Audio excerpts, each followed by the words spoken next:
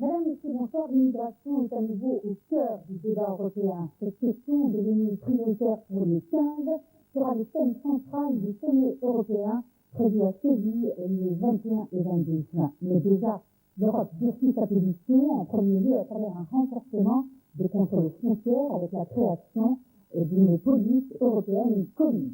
L'Espagne, qui assure la présidence de l'Union, redouble d'efforts pour faire passer des projets appuyant la lutte contre l'immigration. Le plan global présenté en février par Madrid prévoit ni plus ni moins la fermeture de l'Europe.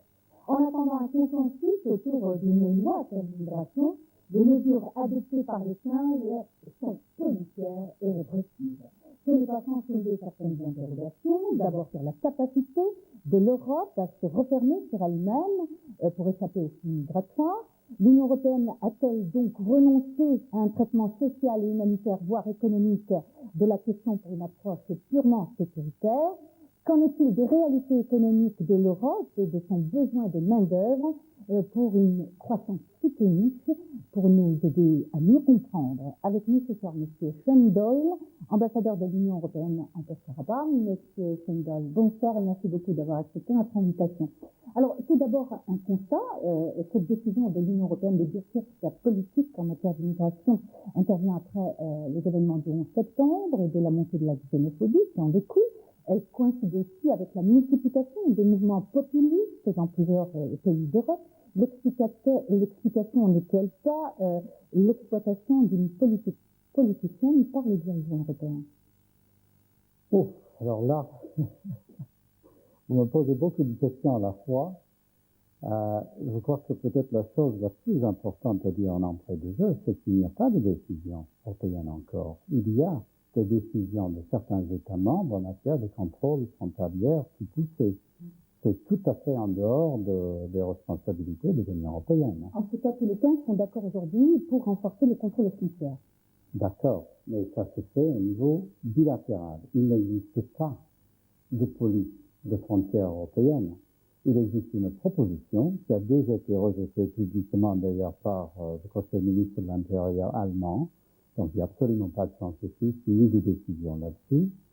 Ce qu'on a effectivement, comme vous l'avez dit, c'est une ambiance préélectorale.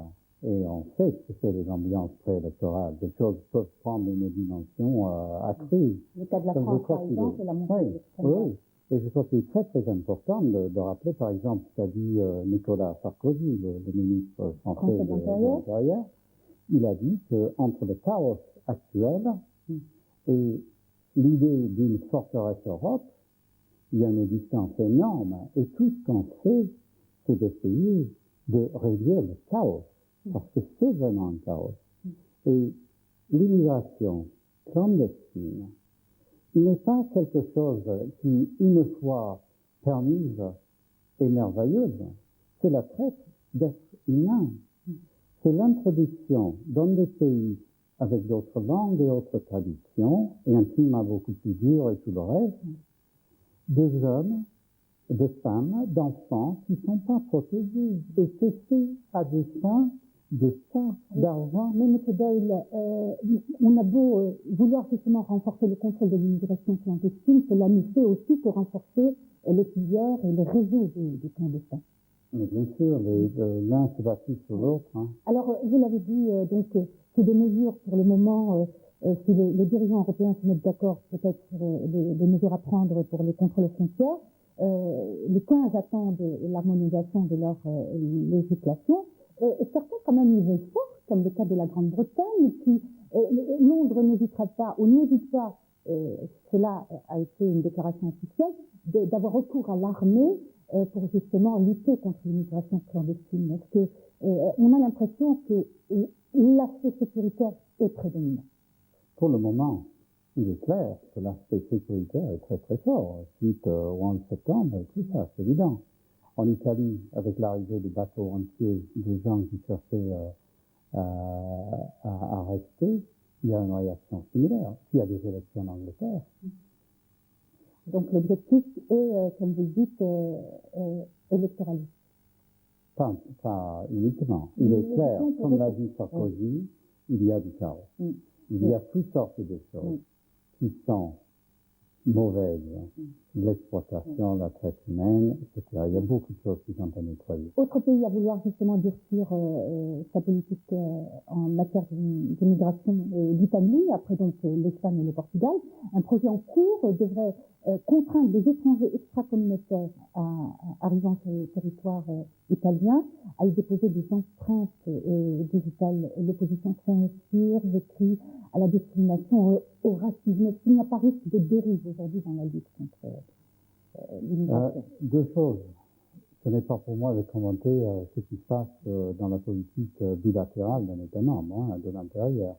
De façon plus générale, est-ce qu'il y a un danger de psychose, tout ça, bien sûr, on parle de ça depuis le 11 septembre et on dit qu'il faut l'éviter. On n'arrête pas d'alimenter justement cette psychose. L'Espagne, qui depuis sa présidence en janvier, œuvre activement pour un durcissement de la politique européenne en matière d'immigration. L'Espagne qui d'ailleurs a modifié en 3 fois en 3 ans sa loi sur l'immigration, va jusqu'à inciter ses partenaires européens à revoir l'aide au développement et l'aide à la coopération pour les pays émetteurs et qui ne maîtrisent pas leur flux migratoire. Qu'est-ce qui peut expliquer cette attitude pour le moins surprenante de l'Espagne? Je crois qu'il faudrait équilibrer un petit peu la chose. Il y a presque 400 000 Marocains en Espagne qui n'y étaient pas il y a 4 ans. Et les 3/4 ont été officialisés, acceptés, accueillis. Bon, dans des difficultés, on sait que ce n'est pas assez facile. Mais c'est quand même fantastique et énorme et merveilleux qu'autant de gens aient pu arriver et trouver quand même une situation qui préfère à celle qui était restée chez eux. C'est crucial. Alors ensuite, ça dépend beaucoup de la façon, le langage qu'on utilise. L'Espagne ne cherche pas à provoquer. L'Espagne a un problème et elle va en parler avec les autres États membres de l'Union. Alors, elle demande quand même une politique répressive. Elle demande que les pays voisins maîtrisent les flux de leurs propres ressortissants, ce qui est une demande légitime. C'est tout à fait normal et légitime. Monsieur l'ambassadeur, justement, est-ce qu'il ne faudrait pas recourir à l'effet inverse, c'est-à-dire aider ces pays pourvoyeurs d'immigration à se développer pour fixer la population et puis à les aider à mieux contenir cette pression migratoire? C'est un faire super. C'est même la politique qui est agréée, écrite dans tous ces kilomètres de papier, c'est ce qu'on essaie de faire. Le problème est que, les volontés des jeunes de sortir sont énormes. Les pressions économiques sont très fortes. Et encore au Maroc, les choses vont mieux maintenant que dans le passé. Mais le problème a pris une telle envergure que maintenant, il faut faire très attention. Et avec une sensibilité européenne de sécurité chez une population vieillissante, c'est une situation où tout le monde doit prendre ses responsabilités, pas seulement l'Espagne, mais aussi le Maroc et les autres pays du Sud. Il faut chercher à préparer ces jeunes, à informer les gens du danger.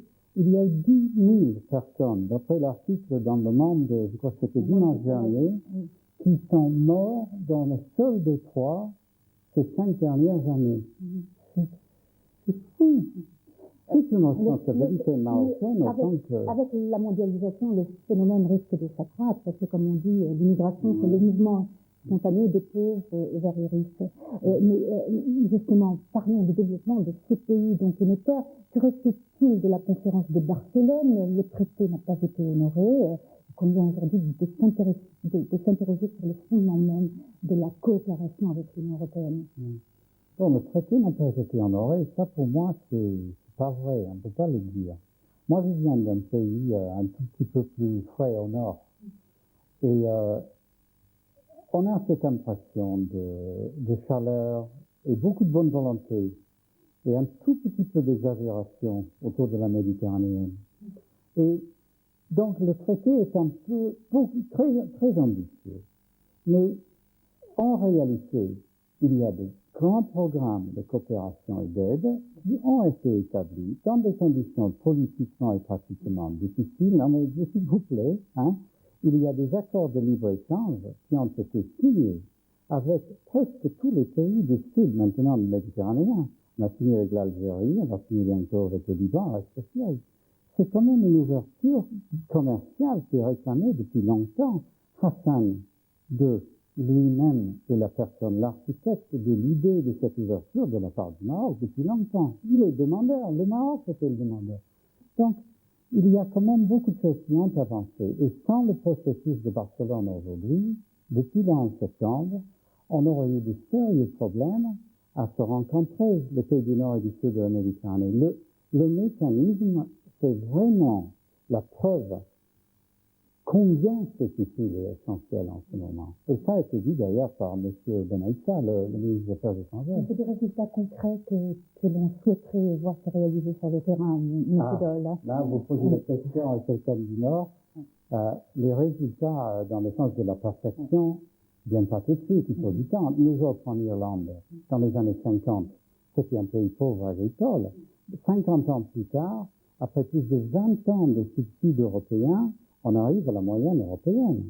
Alors, revenons donc à ce pays sud de la Méditerranée. Il y a un total de 140 millions d'habitants, dont 40% ont moins de 15 ans, et donc l'immigration constitue un problème de société.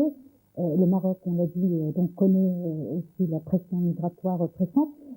La France avait prôné justement avait initié une politique de co-développement. Où en est-on aujourd'hui? Mais politique de co-développement, on veut dire toutes ces opérations de coopération et tous ces dialogues sur l'ouverture des marchés, etc.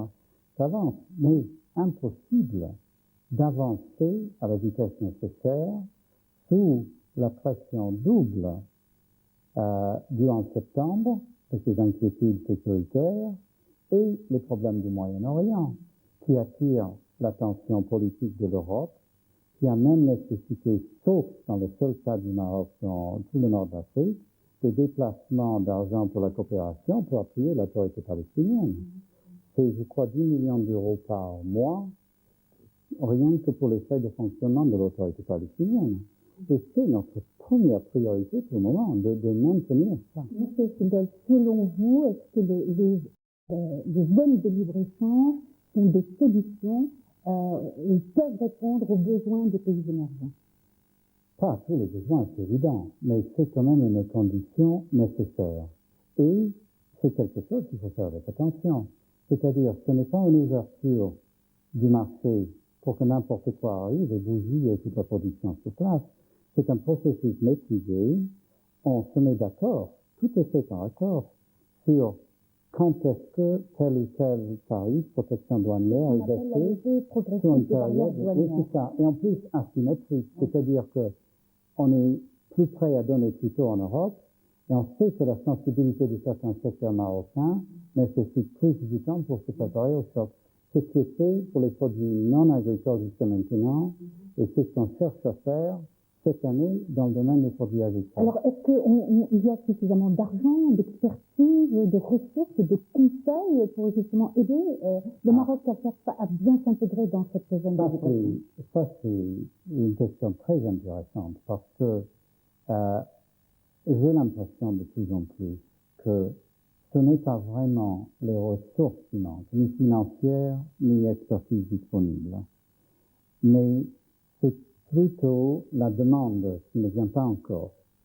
Il y a peut-être, enfin, je crois qu'il y a certainement un problème dans le sens que le crédit n'est pas encore assez facilement disponible pour les petites et moyennes entreprises. Mais ça, c'est un problème surtout du système bancaire. Et qu'en est-il justement du programme MEDA et des décaissements? Est-ce que l'Union européenne... On a décaissé le 9 janvier 25 millions d'euros d'un seul coup parce que le gouvernement a réformé une partie des lois bancaires, justement pour essayer de faciliter. On a tourné l'année dernière autour d'une 60aine de millions d'euros. Cette année, on va dépasser facilement les 100 millions. J'espère même plus. Si le Premier ministre réussit à passer l'assurance médicale obligatoire, et je lui souhaite vraiment toute la réussite imaginable, là, nous, on est derrière ce programme à concurrence de 5 100 millions de dirhams. Et on prie le bon Dieu que le Premier ministre réussisse vite, parce que c'est très important. Il devrait y avoir une raison de ne pas réussir, M. Sindol. C'est chose complexe. Ici au Maroc, vous cherchez un consensus. C'est très bien, c'est très bien. Je souhaite simplement un consensus accéléré. L'apprentissage de la démocratie. Monsieur Sindol, une dernière question pour revenir donc à l'immigration. Ne faut-il pas, de la part de l'Europe, une approche plus réaliste? Je vous demanderai donc d'être prêt pour conclure. Par exemple, une immigration sélective pour répondre aux besoins du marché européen, qui connaît une population vieillissante et qui voit aussi sa population active se réduire. Oui, absolument. Mais il faut que le Maroc nous aide. C'est-à-dire, il faut, et ça commence, mais c'est encore un peu lent, il faut que le Maroc se montre rapide dans le dialogue sur comment mieux informer les gens, mieux arrimer la disponibilité des gens à la demande en Europe. C'est le fait de participer dans le dialogue. Ces petites réunions, l'accueil d'experts pour préparer, pour discuter, c'est fondamental parce que si ces petites choses-là ne bougent pas, les ministres de l'Intérieur européens, ils le savent, et à ce moment-là, il n'est plus question d'être ouvert. C'est ça le danger. Et le Maroc a compris. Seulement, il y a des réunions qui traînent maintenant. Alors j'espère qu'il y a des amis de différents ministères qui regardent et qui vont vite regarder leur agenda la semaine prochaine parce que vraiment, il faut que le Maroc montre sa bonne volonté. Il ne faut pas qu'il y ait des faiblesses dans la position marocaine à un moment aussi difficile que ce que malheureusement on risque de vivre maintenant. Le message est bien passé. Monsieur Doyle, merci beaucoup d'avoir répondu à notre invitation et bonsoir.